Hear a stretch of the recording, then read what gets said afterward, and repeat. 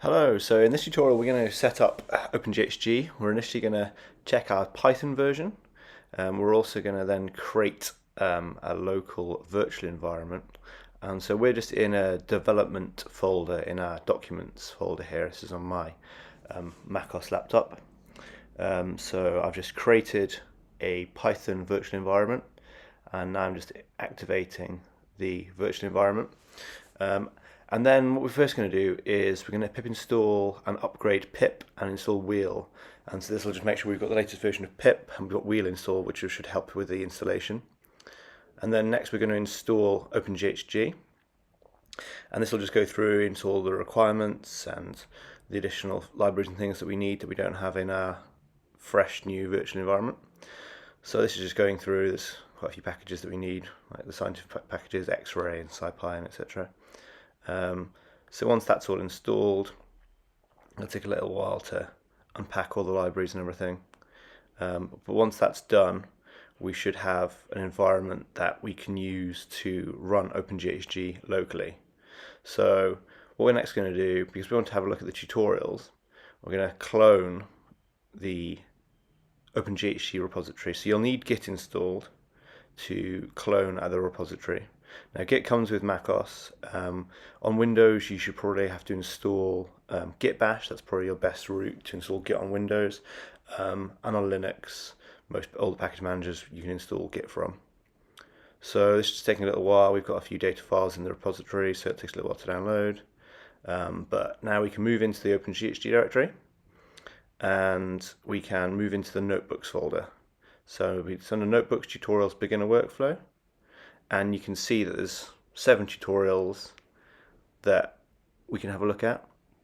And now here I make a bit of a mistake. I don't actually have Jupyter installed, so we can easily remedy that by just doing pip install Jupyter, and that'll install all the Jupyter Notebook, Jupyter Lab, that kind of thing that we need to run the notebooks. So that just takes a few seconds to install, and then we'll be able to start Jupyter Notebook and have a look at the tutorial folder. So here I just type Jupyter space notebook, and then that'll open up the Jupyter Notebook sort of page in the notebook folder. So the first notebook we're going to have a look at is the adding observations data. So this will just guide us through adding some observations data. So this is, for example, for a data provider that would want to add some data to the OpenGHG object store. Now the object store is just locally on your computer a folder that contains all of the different data and the data sources. So here we just want to create a temporary folder for the object store. So if you have an object store you want to use, or you want to create it in an exact directory, you can follow the instructions in the documentation to set up that object store.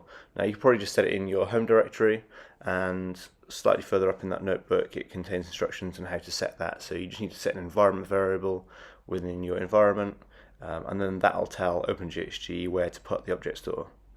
So at the moment here we're just waiting for OpenGHG to do initialization and everything, and we're here just having a quick look at the type of sites and the data that we can process using OpenGHG. So it can process quite a few different types of data.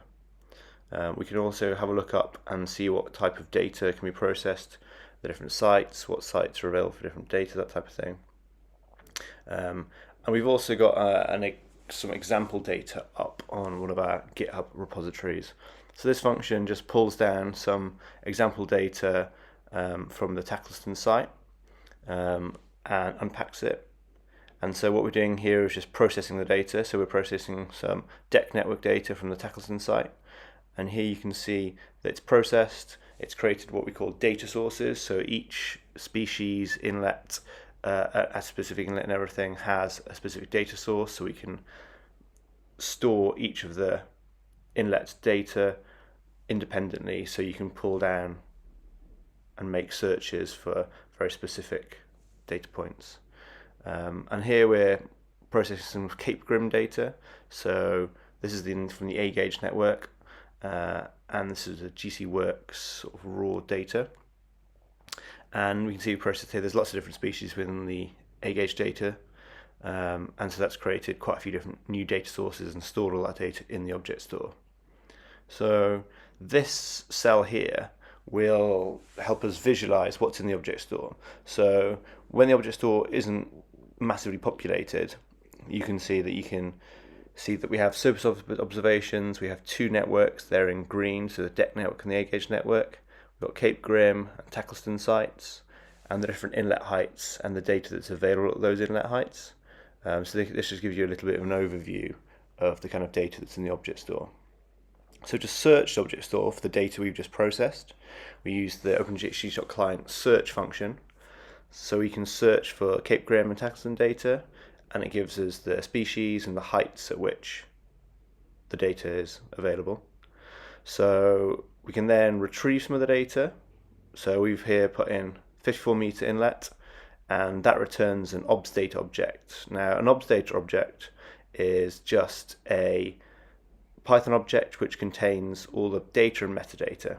We can also retrieve all of the CO2 data, and that will return all CO2 data from that site or from that search query, and then that returns, there you can see a list of obs data objects. So that's just a list of obs data objects that we can then play around with, investigate, and just use in our analyses or workflow. There is also another method of retrieving data, so that's using the getObsSurface function. So this getObsSurface function does a little bit more processing on the data from retrieval of the object store to the end obs data object. So that's just does some additional checks and just some additional checks and modify some of the variable names, make sure the attributes are set correctly and everything. And so here you can see I just made a bit of a mistake and didn't run the CO2 data cell, but here we can use the obs data object and just make simple plots. So here we're just plotting some CO2 data at Tackleston from the 185 meter inlet, and you can use Plotly to make these nice little plots that are interactive. You can zoom in and then you can modify the title. So this is just a very simple plotting function which lets you change the title, the x-axis and y-axis, labels, add units and that type of thing. So there's a little bit of information there on how you can change the axis labels. And so that's the end of this little tutorial. Because we've created a temporary directory, we'll exit that, we'll clean that up, and that'll delete all the files we've created. Of course, if you've created your own directory, we can skip that point and just keep everything in the object store. Thank you for watching this tutorial, and please watch for my other tutorials which we'll be uploading in the near future. Thank you.